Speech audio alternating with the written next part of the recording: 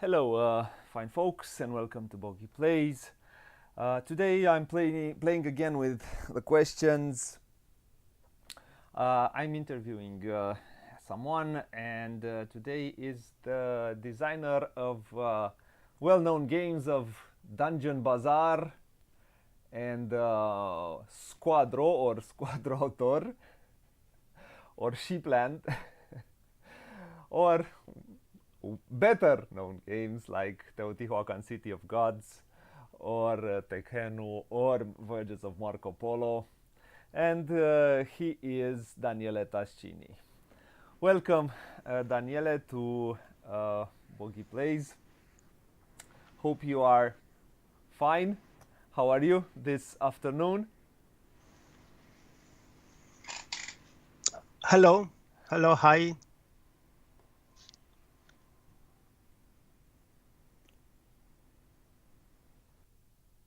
So, can you hear me?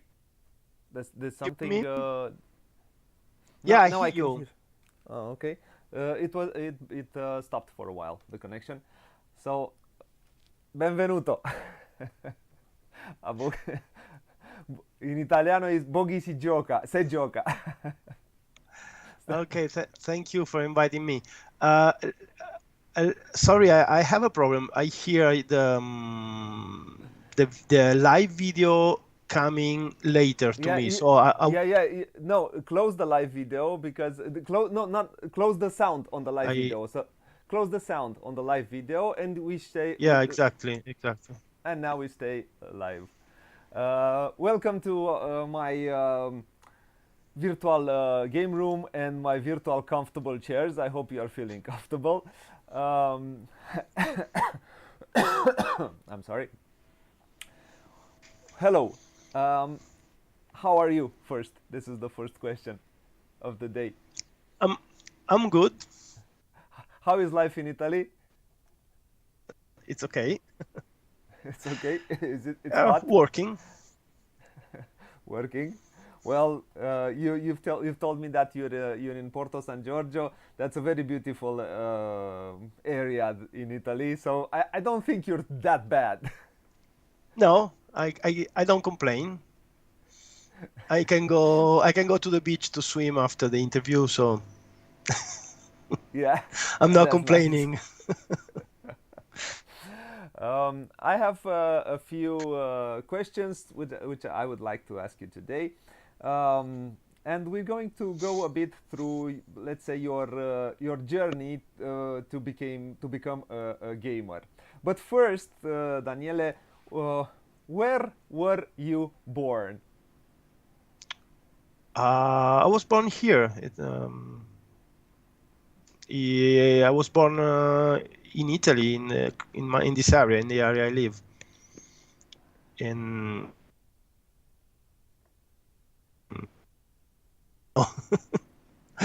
Porto San Giorgio. Okay. I don't know. I think it's something wrong with your internet because it blocks from time to time. Let's see. Let me please. I will close fast and then call you again. Or would you mind if you call me? Maybe it will connect better. okay, I can try. Okay. I'm sorry. We just need to. I don't know what happens there, but let's see if we come, can come back again. Okay, we're back again. Uh, Perfect. Now, let's hope it won't stop the transmission. So, you were born in Porto San Giorgio, you say, and you lived your all your life there. Uh, Basically, yes. I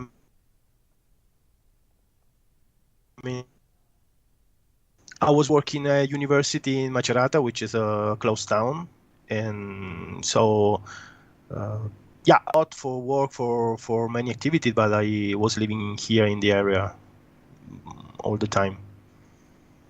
Okay, um, so you practically grew up there. How did the life there in close to the sea? Um, shaped you as a person for first? As I told you, it's something when you were born in a sea village, it's hard to adapt to a big town, you know. So I've studied in Milan. I got graduated in computer science in Milan, but I never liked to live there. So when I finished my studies, many companies asked me for an interview. You know, the one in maybe I cannot stay in I cannot live in a huge town. I'm spoiled, you know. Uh-huh. I wake up, I see the beach, I see the sea, and it's too nice to living in the coast. And not only in the Uh-huh. summer, especially in the winter where there's no many tourists, so you can enjoy the sea in the winter. I see. I don't really know because I was not born or I didn't live near the sea, and I'm not a big sea fan. I'm more of a mountain fan. But I can understand why. I've been through Porto San Giorgio. I know how beautiful all the Adriatic coast is in Italy. Um, so I can only try to understand. I can only try to feel why you liked it so much there. And how so you went to school there. When did you start? When did you start playing? When did you start? Of course, I want to go towards games, towards board games. Yeah, I think I always love to play. You know, it's something you feel when you are very young, because I was attracted. Okay, all the children play, but I was attracted by structured games. You know, I was attracted by chess even when I was very young and I didn't know how to play it. I was trying to making rules used to do with other children, like, playing with little plastic soldiers. I was trying to make rules for them, not just, moving and shooting.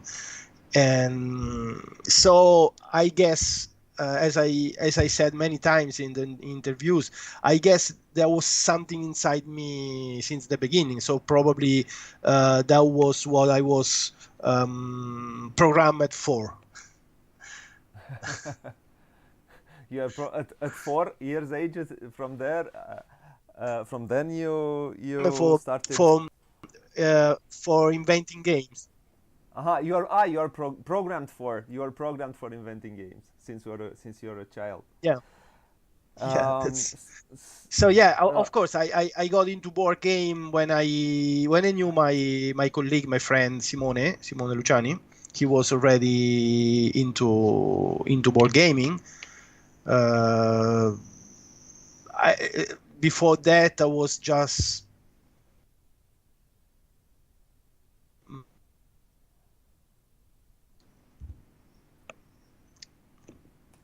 Sorry, yeah. There's some probably connection yeah, interruption. there's a connection interruption there, and I don't know why because I think it comes from that. We'll try to move like this to go through it. So practically you discovered modern board games later in your life. I mean, not since you are a child or Fortunately, I'm not young, not very young. So the reason why I discovered them late is because they started later. Settlers of Catan is of 90 or 95, and yeah. so yeah, of course I started playing Settlers of Catan when it came out, and then Puerto Rico and like all the classics. So you started practically being a board gamer in the 90s. Sorry, You started being a board gamer yeah, in the that's 90s. Uh-huh. yeah, yeah, Uh, late 90s. late 90s. And what is your, you said your profession is a computer programmer. You finished Yeah, not exactly. I was managing the. I'm a network engineer. I work with firewalls, routers, and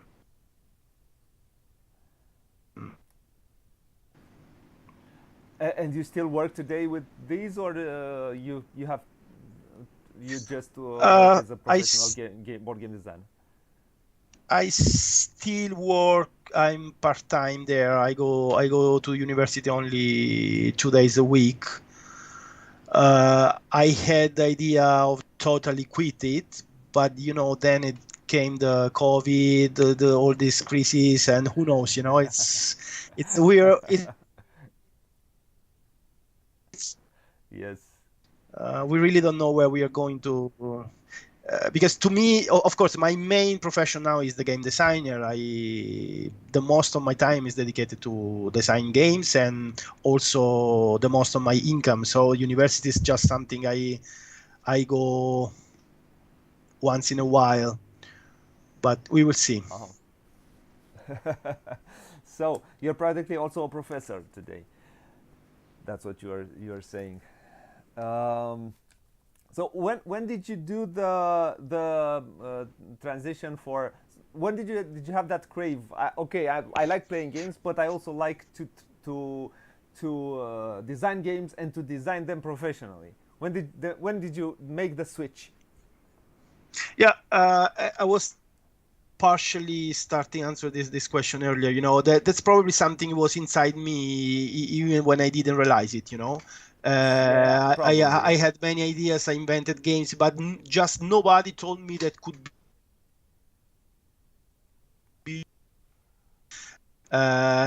Okay, that's the drawback of living in the province. Because probably if I was living in a big town, I could approach the professional aspect of this hobby earlier, maybe.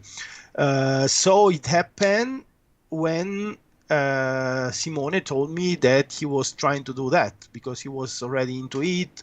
He was um, he already published. He already published So something. he participated to the. Yeah, he already published a small card game. The name is Frutti di Mare. Okay. It's a basically a children game. It's a very very very simple game. But he was participating to the Premio Archimede, which is the contest held by Studio Giochi in Venice every 2 years. Uh-huh. And so he introduced um, on the other side, as you said, passing from being a gamer, a player to do that.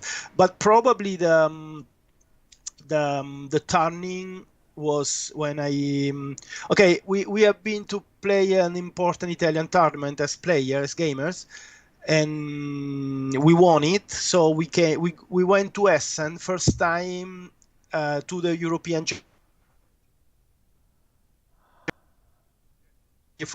Championship as a player. And so that was the For first time I European saw the Essen Fair, the huge wall. what game? What game for Board the games, yeah. European Championship? No, no, no. It's Yeah, but okay. There's a competition. Okay, in Italy it was like that. It's held by Tana de Goblin, which is the biggest board game associations in Italy, and they uh-huh. organize every year a weekend contest. They choose 7 games, Okay. all of them in 2 days, and they make a ranking. Uh, they do that every year, and it's single ranking and team ranking because you go there in team of 4 people. The winning team goes to the same kind of event that happens in Essen every year. It's a European Okay. competition for teams. In Hmm. Essen, And who chooses the games? I mean, the what games are played? uh, they change every year. The year I was playing it was 2010. So at the time I played Kailus, Funkeschlag, that's Power Grid, Power Grid, yeah. Brass. Okay, and I practically the teams play every year different games. Yes, they choose every year. Some of them stay, some of they changes, but Uh-huh.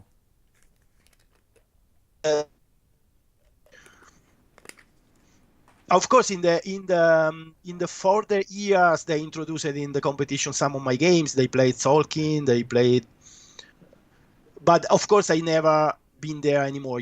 After Yeah, 2010, yeah, yeah, yeah. I stopped I my understand. I understand. my playing. Okay, so after that you went with Simone at a competition, and Yeah, yeah, after that what we happened? were for friends on it, and we came to Essen. I saw this huge fair. Was this war? I saw probably first time what's really behind it, and also I spent much time with Simone talking about making games. And when I came back from Essen, I started cooperating with him, trying to do something. And luckily the first idea I had, it was Tolkien, and so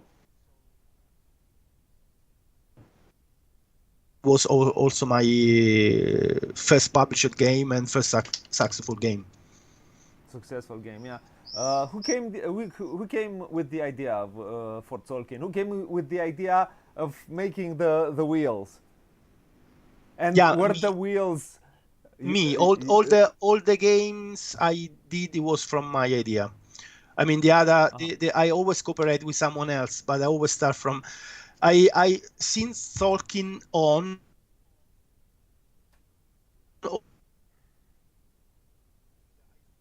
of idea on mechanism, so I really work on mechanisms. I Okay. like to work with other co-designer or to work with someone else because they help me to build up the structure around it. But all the mechanisms of the game with my name on the box are from me. Uh-huh. Okay, okay. And did you come up with the wheels from the beginning, or were the wheels, did you think of adding those wheels, or there Yeah. were, yeah, of the way they work now? No, no, You no. just That add the was the idea there started. It was the only exception on my principle, when I always say that you need to start from a mechanism when you design a game. But in that case, I started from the setting because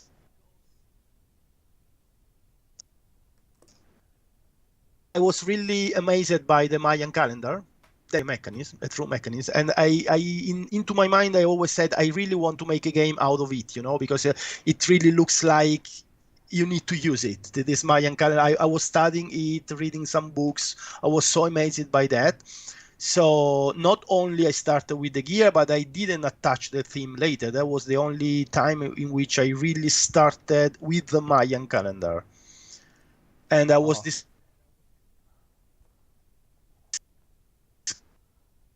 in the best way. Yeah, unfortunately, it we still have the stops. I'm sorry, but we'll try to to go through it like this. Um, so you had this was your practically your first success, which was rather big. Tolkien was a big game at that moment. Um, and then you had another big one, which was the Voyages of Marco Polo, again with Simone Luciani. Do you work well with other designers? Do you see yourself as a designer which works well with other designers? Uh, Other design, okay, the more people work on something, the more ideas you can share and develop. Of course, it's not easy.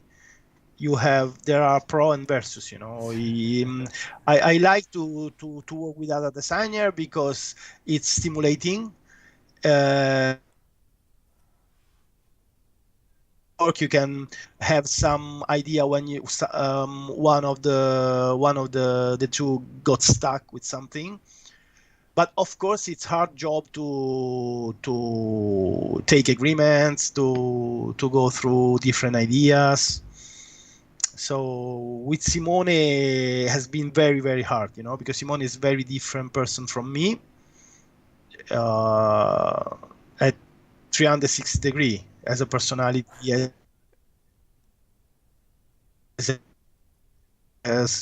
view of the world. We are opposite basically. So it was an hard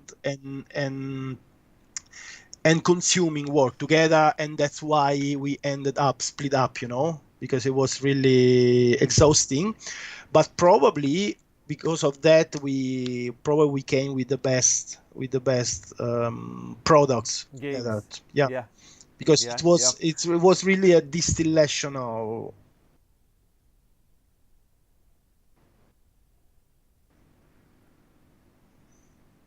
It was a distillation of what? Sorry, it stopped again. Of our ideas. It was every Uh huh. single piece of a game. It was like distilled from a big volume of idea and discussion. Uh-huh. So practically everything got yeah, distilled very well into those games, and all of your games. I mean, even let's say a less successful game, which is Council of Four. I think it is a very good gateway game. All of your games were very good, and that's why, for example, I am really excited to see what were you able to do with Tiletum, and how did you play with mechanisms now. But more on that later. So how how important for you is playtesting, but playtesting for in idea to equilibrate, to do to balance a game, to balance it out perfectly, let's say. Do you manage to balance it out perfectly? Um, Sorry, because I lost the audio for a few seconds. So Okay. you are asking So me how I balance the games, how im- basically. I'm asking you, how important is playtesting in order to so do you see playtesting important in order to balance the game, to balance it? Do you balance it perfectly? Do you manage to balance it perfectly? How important is to you to balance it perfectly? Okay, of course, playtests are very important to balance the game. Um, mm, the Okay, my way of working on a game is I just don't care about the balance when I'm still developing the mechanism, because when you play test games, you play test at different stage, so you need to find different answers on different stages. So sometimes you need to filter what the feedback of the playtester, because a playtester, it's a gamer, so whenever he tries your game, he always will tell you if there's something overpowered in his opinion. But if I'm working on the mechanisms, I just don't care about that opinion, because of course it can be or it can be not. But when I'm first and the structure around it later, then I start balancing the game. I start caring about the points, about the values, about the cost, and so at that stage, I check the playtesting in that way. Of course, balancing a game is a subtle art. It's not easy. It really depends on the dynamics the game create.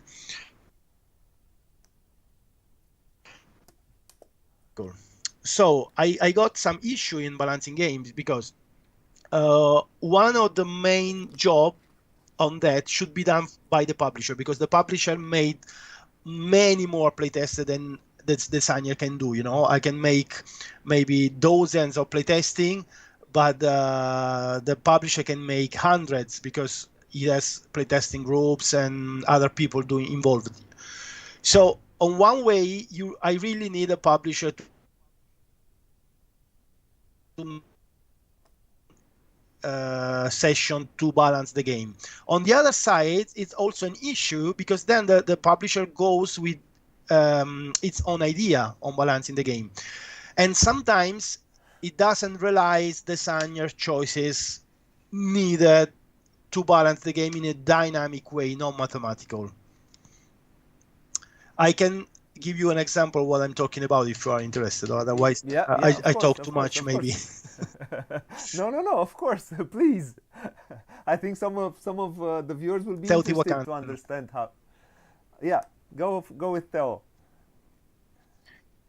Okay, the publisher made 2 little changes on the game rules, which appear to be very little, but they, to me, in my opinion, they unbalanced the game with those 2 changes.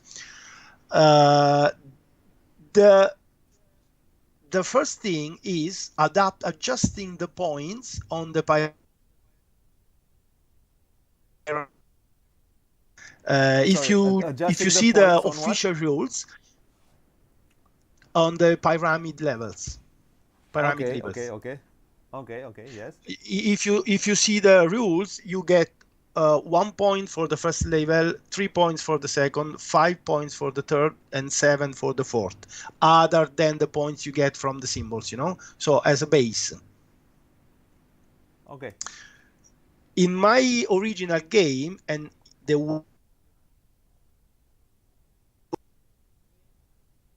it's counting 1, 2, 3, 4, not 1, 3, 5, 7. Why? They changed the points because they just make a mathematical balancing on the cost of resources you need to build. So each they made a raw calculation, and they found out that a resource it's worth roughly 2 points. Since you need 1 additional wood for the structure to build the pyramid, yes, point each level. But it wasn't a wrong calculation from me. It has a specific reason, because in any developing game, the players wants to take technology first to build the engine, gather resources, and then go to build. So everybody will like to build toward the end. So I give you prices, I give you a biggest revenue if you do it earlier. Okay, that's how you thought about it. The resources spent, points gathered. So of course it was on purpose. If you build later, you need more resources compared to the points you get. So balancing it mathematically, you unbalance the dynamic of the game. That's an example of how, if you don't know what's behind the designer choice, you make damages. I see. I understand now what you're saying. Yeah, and but now I will divert a bit from my questionnaire. How does these relationship designer publisher work in the end? Do you have, in film? I'm a film director. In film, you can have final cut or you cannot have final cut. Do you have final cut? I mean, you are the last one who says this is the way the game stays, or is the publisher who does that? Okay, it really depends on the relationship between the two, but legally, formally, it's the publisher who has the final cut. Okay. Of course, it's also a matter of strength, because the more important is the designer, the more voice has till the final details, and vice versa. The more the publisher is, so it really depends. So formally, the publisher has the final cut. Really want to say my word till the end, so I always ask to give me back everything they do before to publish it. But it's a compromise in the end. It's a compromise. Yeah. Okay. Now, What kind of do you still play games, or you just play your own games? That's a good question. Of course, I still play, but I never play enough Yeah. Uh, because I don't have time to try the or at least the best game that comes out every year. I should try them. Not only for pleasure, but because it's my job. So I need to know what other designer, other colleagues comes out with, especially in my range of games. So I don't play enough. so, what kind of a player are you?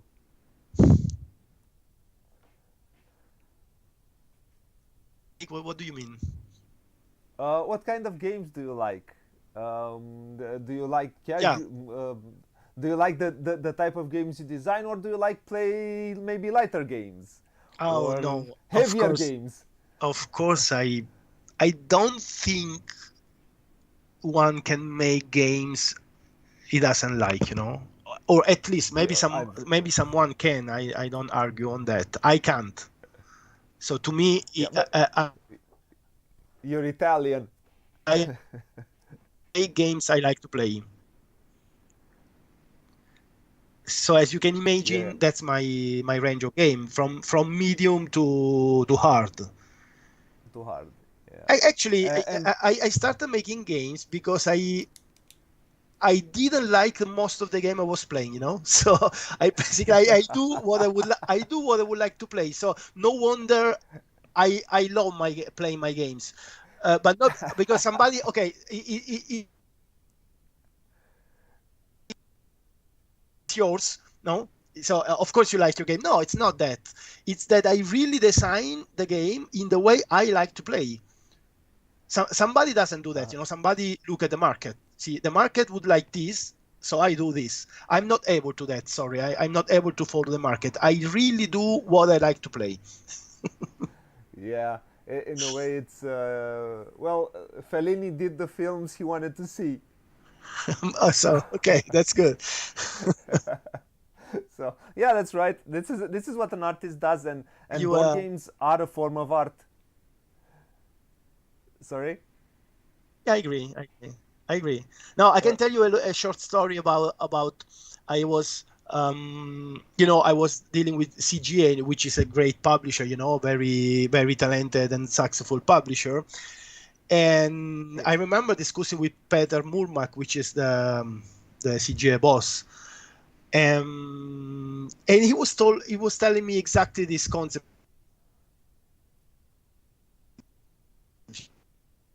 Only the games we like, because I need to play test it like 100 of times. How can I play 100 of times on a game I don't like? So he yeah, was saying, I don't care about the market. I don't say, if somebody submit a prototype that I know that can be successful game, but I don't like it, I don't do it. And yeah. I respect that view, because it's also my view. But for a publisher, it is even more harder. Yeah, or a publisher goes, or a publisher has a niche, creates itself a niche, and then he goes with that niche all the way through, and then it doesn't really matter what the market says and what the market wants, because he already built his public. In a way, he built his audience. And I have a question now for you, which is, what is fun for Daniele Tascini? What fun means to you? Oh. Fun is a controversial word, Yeah, I know. because it depends on how you translate it in your own language, and different language gives different meaning. So it's not an easy question. It's also a controversial question, but whatever. If you translate the word fun in Italian, you have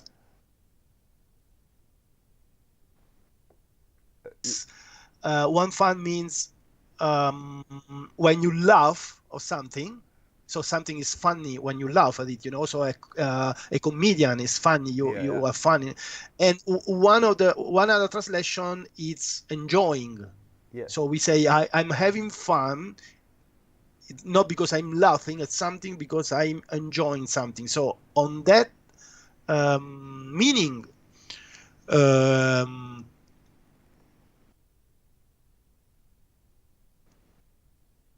I have fun when I enjoy something. So when I play my kind of range of board games, I have fun when I challenge my mind in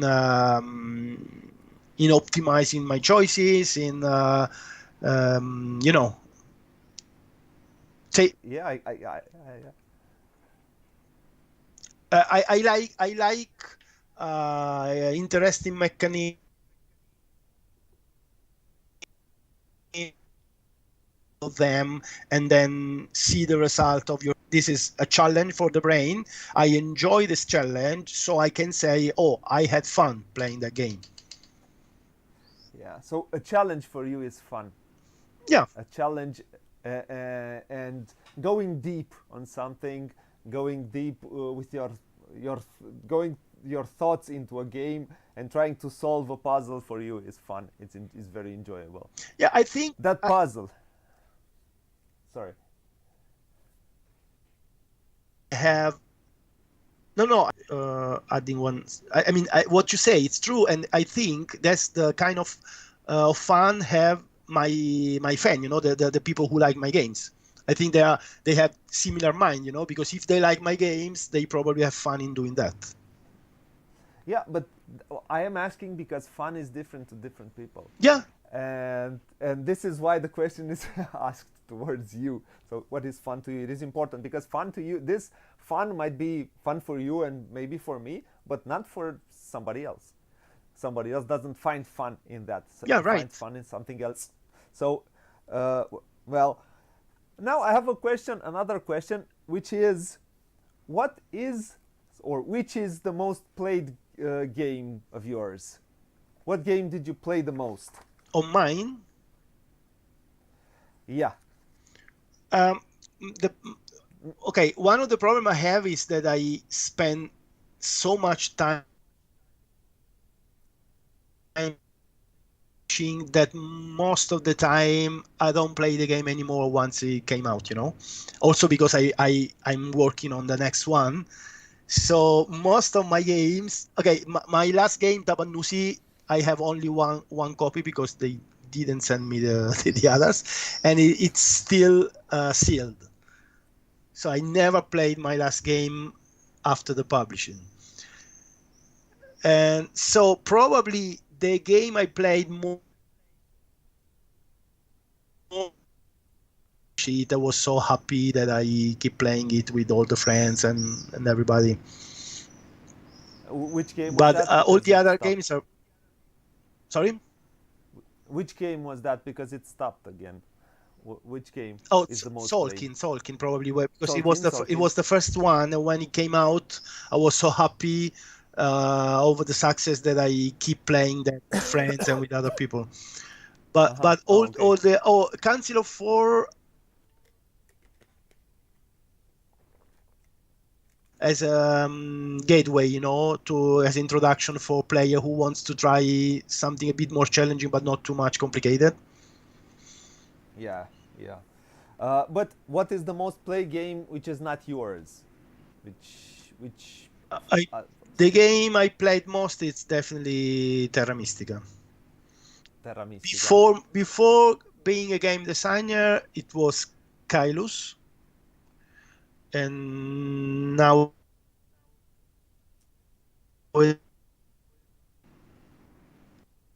Sorry, what was the last title? Because it stopped again. okay, no, I said before being a game designer, the most played game to me was Kailus, Yeah, yeah. and nowadays it's Terra Mystica, Terra the Mystica, game I yeah, played yeah, yeah. most. Okay. And who is your favorite designer?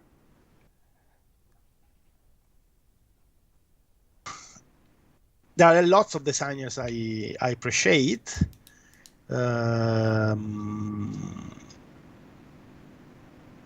Stefan Feld was inspiring me for many years. I don't like all of his later game, but he made a lot of masterpiece, So Stefan Feld is one of my favorite designer. Pfister is one of my favorite designers. But then there are, maybe there are designers who are famous because they made a lots of good games, or somebody just did only one good thing and that's it, but it was enough. I'm thinking about Atya, who made Kylus. Kylus was one of my favorite game ever. So he didn't do anything else. I mean, he did something else, but not famous. But that he did the Spirium. yeah, he did He did Spirium, Spirium. which is a great game. I think it's a great game, great little game, worker placement game. Okay, Spirium is a great idea. I mean, the mechanism, I like the mechanism, not completely exploited and not completely used. I mean, the game is, it could be better. Well, because the designer mind comes with you. You see something else in a game. Yeah, of course, that's my of course, that's my opinion. Of course, it's that there's nothing absolute in this kind of Yeah. topic. I cannot say it's like this because I say that. Yeah. To me, I would make it something better out of that mechanism, but that's it. Yeah. I still like it. I think it's a pretty good and a smart worker placement game. And I skipped this, but your most played game was Terra Mystica. Was that your favorite game also, outside your own? Well, one of them. The favorite game is not something that gets stuck for the life. Yeah, But yeah, yeah, yeah. It yeah, changes. yes, I told you it was Kalos, then it was Terra Mystica. It's still one of my favorite game. I wouldn't. I cannot say. I cannot give an answer. If you ask me what is your favorite game, I cannot give an answer. Yeah, Because but if it's always that question. then You have to maybe go. Sorry, that there's always that question. If you have to go to an island and you can only take one game, which game would you take? Yeah, the answer is it depends when I leave for the island. Because if I leave now, I would take what I like to play now. If I would leaving 10 years ago, I would have chosen other games. That's the point. But yeah, okay, Terra Mystica is definitely one of my.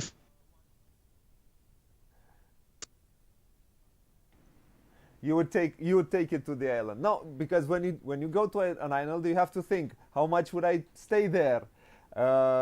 Exactly. Am I going to stay for life? If I'm going to go stay for life, as a gamer, you make a plan, you make a strategy, So yeah, you exactly. try to figure out how much time you have to go there. So who are you? You will be alone or with other people? Who will be with? Exactly. So that's why I'm asking. Usually, those are the favorite games. The games which my precious. I mean, over my dead body. Those are, let's say, the Okay, favorite games. if I will be in the island with casual player and nobody would like to play hard gamers, then that would be a problem. So maybe I would bring Azul. I see. Okay. Now I do have one more question for you. Um, do you think do you want to say something? Do you think I missed something in this interview? Could I have asked you something else? Would have wanted to talk about something? Oh Which no, I didn't ask think you. I talk too much. So. No, I like it. No. I'm okay with people who talk too much. There is not too Okay, much. that you want to know the most. Okay, which was the co-designer you worked better with? Which is your favorite game of yours? No, no, I don't know. Sorry, I think it stopped at some point. Um, no, Stop the game. Okay. no, I don't want to ask you which was your co-favorite designer, because probably every co-designer brings something else to the table and brings something else to every game. So I don't think you're going to have a favorite co-designer. If you don't like somebody to co-design with, I think you won't co-design with him. No, Yeah, true. I Of mean, course. uh, nobody points a pistol to your head and says, "Work with him." Right. I don't think. Or I don't think somebody would put a pistol to an Italian's head. Uh, That's I don't true. think it would be smart.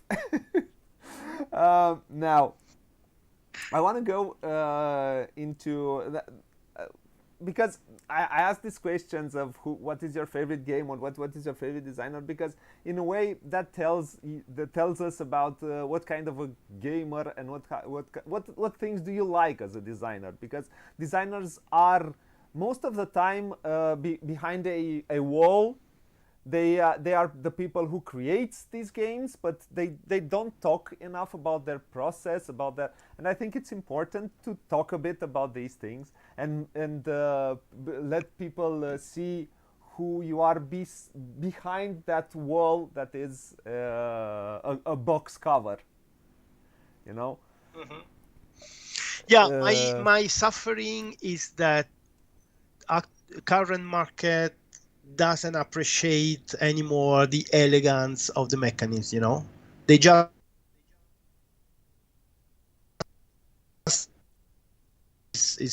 if it's elegant, if it's well studied, they just don't care. I see some of the current successful game that basically has no mechanism at all.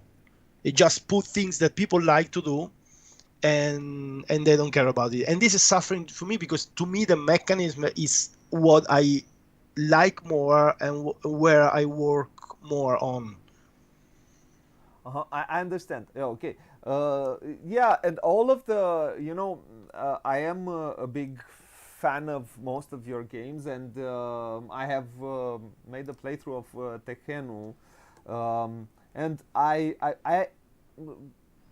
Yeah, also I saw the I video, you didn't appreciate like very. it. No, yeah, but I really appreciated the mechanism. If you saw that, you saw that I said that mechanically I find it one of the most satisfying game I've ever played, mechanically speaking. But I have some problems. I'm a player which likes a bit Of more course. theme. I Hmm. want a bit more theme Yeah, in games. as But for theme, I can say there are two things. One thing is that when you make a German game out of an abstract mechanism, the theme cannot be really, really strong, as you have in an American game. The other thing I can say that I always care about the theme.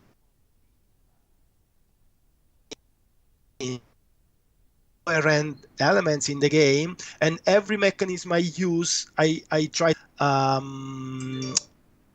binding with the theme, but yet it will never be a huge themed game, of yeah, course, from the nature yeah, for the yeah, nature. yeah. But how can I say? But if you say okay, so let's say Tekkenu, because I heard that you said you don't feel the theme. I mean, on one side I agree with you. It's an abstract game, yeah, it's a heavy abstract. Yeah, but yeah, of course, but for the little details, if you go into the Egyptian mythology, every single part of the game is related to the god I chose for that, to the things you really develop in that section. So of course it's an abstract game, but at least I always try to be coherent with the theme, you know. That's why you Yeah, have a no. series on the. That's why you have Bastet, that's the deity of home. So when you build house and increase population, you do a Bastet action, you know. So I try my best to put the theme there for the what you can do. Yeah, I understand. But now, what can I say? Is, in a way, we are. No, we're. There are some games which I really like of yours. There are some games which I don't like on the same amount. But I cannot. What I can say is that none of your games which I have played, I can say there are bad games that I would throw away or I would never play or I would refuse to play. There are games which I like more and there are games which I like less, and I can explain you Yeah, why I of like course, why everybody. I like it less. Of course, You even know? even even my even my favorite designer. If I take Felt games, maybe I like half of them, half of Ah, them I don't exactly. like it. So it's normal. Yeah. And now I know I'm a Romanian, you're Italian. We're both passionate about things, in a way, and the way we approach this hobby. So we're both passionate. So it's but we have to see the common ground or to find common ground when it comes to dissecting a game and trying to show its virtues, its real virtues.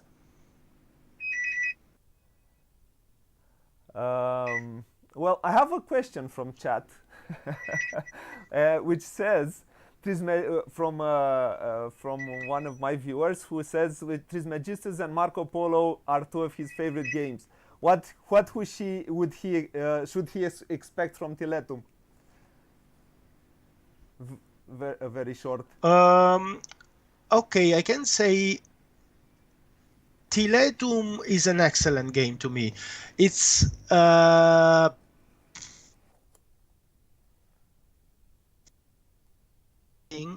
on Marco Polo 2. I mean, it's different, but it might have some flavor of it. Um, oh, it's weird that he likes Trismegistus and Marco Polo 2 because they are two totally different games, you Different, know, yeah. very very Yeah. different each other. So it's amazing, but it's okay. Um, Tiletum. Okay, let's say that I planned Tiletum few years ago, and then it didn't got published earlier. I designed Tekenu later. Tekenu I started Tekenu from the Tiletum mechanism, putting some additional element there. So basically, Tiletum is the cleanest version of the Tekenu mechanism. Yeah, of the obelisk mechanism. Yeah, Yeah, that's there's what no obelisk this there, is. but the main the Uh-huh. main Ah, the okay. main. Okay, I add the obelisk on Tekenu, but the idea of having dice that work both for resources and action, it came for Tiletum. And the main idea of the game is that each time you draft a die around the wheel, you take as many resources of the color of the die as the number of the die, and the opposite, the different to 7, it's the number of action points. Uh-huh. Ah, okay, okay. Okay. But let's not 5 divulge white, you too get much. five gold. No, Uh-huh. just to say that the basic idea, of the mechanism is the same. Uh-huh. Okay, okay. Um I I understand. So, um without I have one final questionnaire and we will finish the interview. This is a questionnaire which is distilled from the Proust questionnaire. and it starts with this question: what is your favorite word? What You is can say it sorry, in Italian also. I lost something. So can you say it again? What are you talking about? What is your favorite word? It's in Italian. You can say it in Italian No, but also. you said something about the questionnaire. I Yeah, it's didn't a get it. questionnaire which is distilled from Proust, the Proust questionnaire, if you know it. It's a big questionnaire, the Proust questionnaire. Marcel Proust. Yeah, okay. And so it's my favorite word in Italian. You can say if it's in English or Italian. You can. My favorite word. Yeah. Wow. That's a weird question. Game. Game. What is your least favorite word? Sorry, I skipped again the audio. Sorry, I Uh, didn't hear your you. least your least favorite word. Okay, my list. Oh wow. Uh, evil. Evil. Okay. What turns you on creatively or spiritually or emotionally?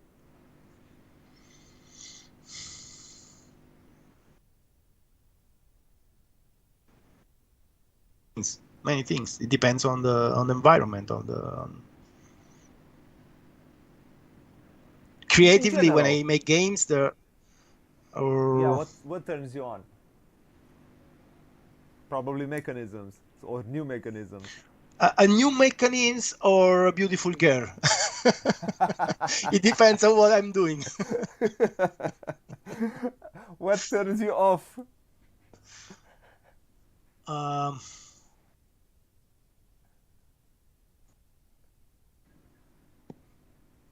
I mean when I talk to people I listen and then I answer. There are people who just doesn't listen, and then it really turn me, it really make me nervous. Uh-huh, yeah. Yeah, I can understand that. I hope here you are you are listened to. Um, what is now this is you can say it in Italian. What is your favorite curse word?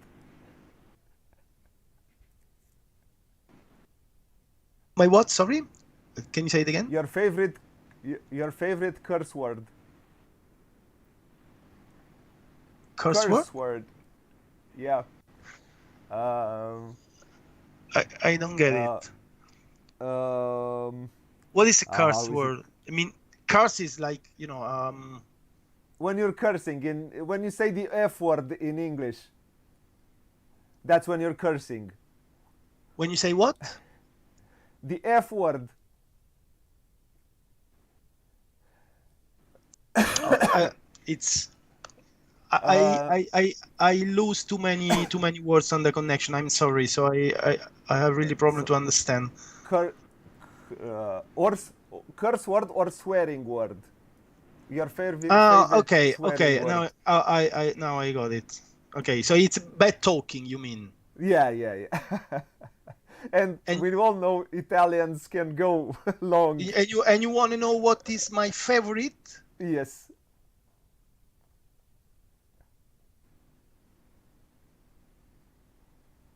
I'm It's mute. It's mute. I don't hear anything now.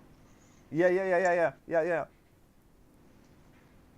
So you're asking me what's my favorite cursed word in Italian? In Italian or English, Uh, whichever you want. that's probably the one you say more when you are disappointed about something. That's fuck. That's in Italian sounds like cazzo, which is has different meaning, but it has.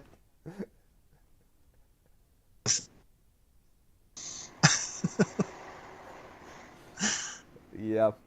Um, what sound or noise do you love?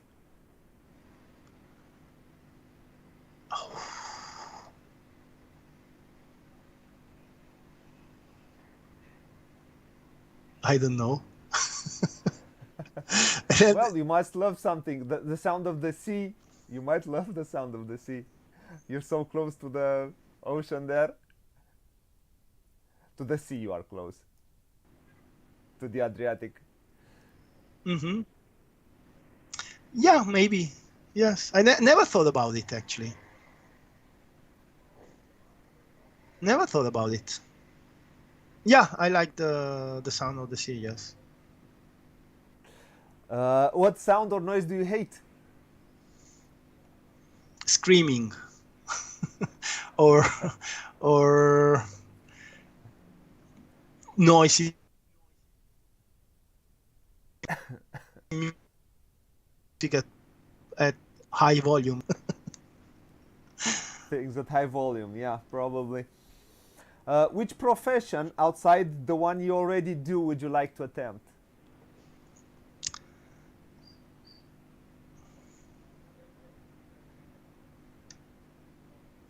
Mm,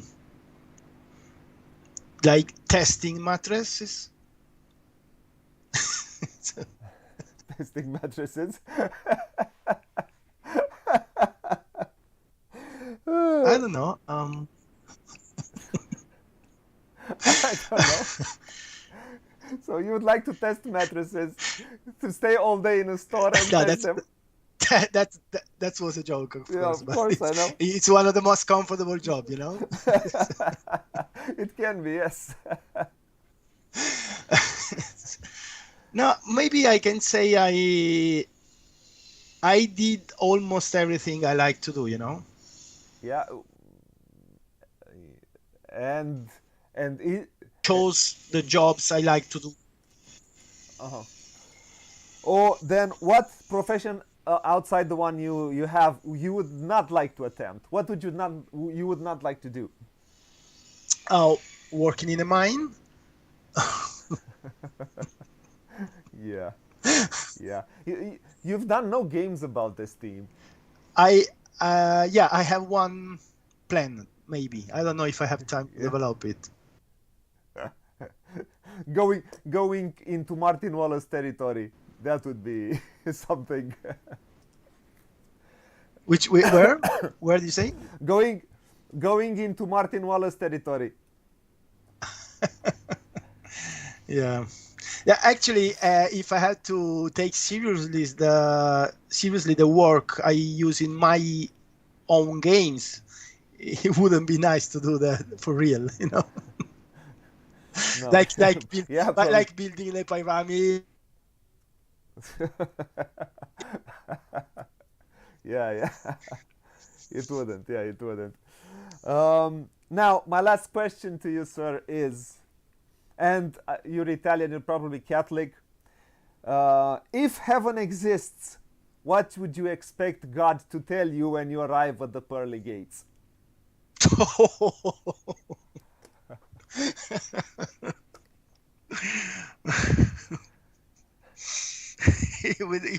He would say you are the wrong. Yeah, No, I don't you know. are at the wrong gate. You, you would say Yeah, you are at the wrong gate. something like that. Ok. Signore, grazie per essere qua. Grazie mille per essere qua al Booghy Place. Thank you. It was a pleasure having you here. Unfortunately, the connection was not great. I don't know Inviting where the me. problem was. Yeah, yeah. Sorry I for don't know. that. I don't know why exactly. I don't know why it happened.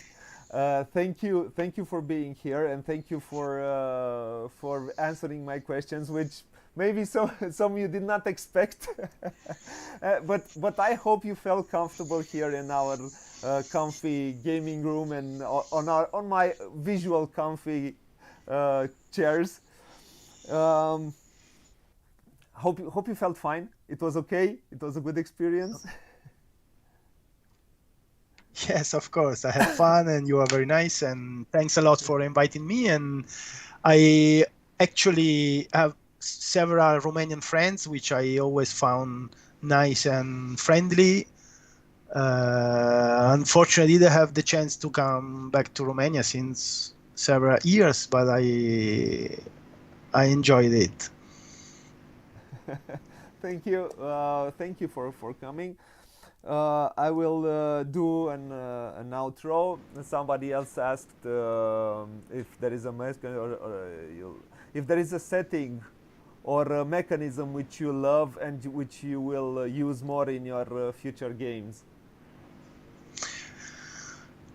Okay, about the mechanism, I always have new mechanism in my head, so I will keep trying to do my best to find some Something interesting new. new, you know. But of course, I will keep exploring dice because it's a challenge. How many way you can use dice, not just rolling them, you know. That's what I'm doing. So I have other, and probably earlier or later I should make a game with cards, you know, because I hate cards. I never put cards in my game. So my challenge would be make a card-driven mechanism game.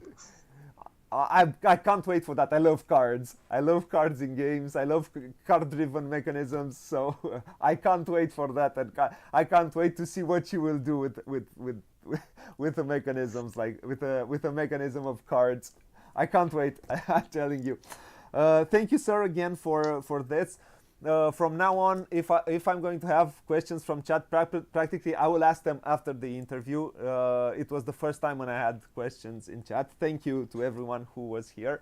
Thank you again, Daniele. It was a real pleasure to have you. With all the technical problems we had, I had a wonderful time. I hope it was great for you also. I for one, Yeah. expect to play all your next games because I am a big fan of the games you make. Oh, some, like I said, some of them I enjoy more, some of them I enjoy less. But nevertheless, I can say that none of them I said I want to throw this one on the window. Except for Dungeon Bazaar. Yeah, that was a hit, which I didn't like. Yeah, right. Or I haven't played also. Squadro. It's called. I So always quadro, so forget the oh, name. okay, but that's a Squadro. funny. That's a funny. That's for children. Yeah, Uh, I think it's for children. okay, Yeah. thanks a lot again, and hope to see you next. Well, whenever we're going to have the chance, maybe in Essen, if I'm going to be able to come there, or maybe if you'll come to Romania, I would gladly like to meet you in person. Now I'm going to do an outro, and then we'll don't go away. We'll talk a bit afterwards. Okay. Thank you to everyone who came and watched live. From now on, like I said, I will do, if somebody has questions, please write them in chat and I will add them after the interview. We'll do the interview and then we're going to answer the questions which you want to ask. It's easier this way. We can go through the interview from beginning to the end, and then we can do the Q&A. Practically a small Q&A if you have your questions. And again, thank you to everyone who watched live. I want to thank to everyone who will watch after the fact. If you like what you see here, please like, share, and subscribe. Also, hit the notification bell. It will tell YouTube whenever we're going to add new things. I want to thank again Daniele Tascini for coming here on this interview. And until next time, I can only say to play a lot, play loads, have fun, and until next time, bye-bye world, wherever you are.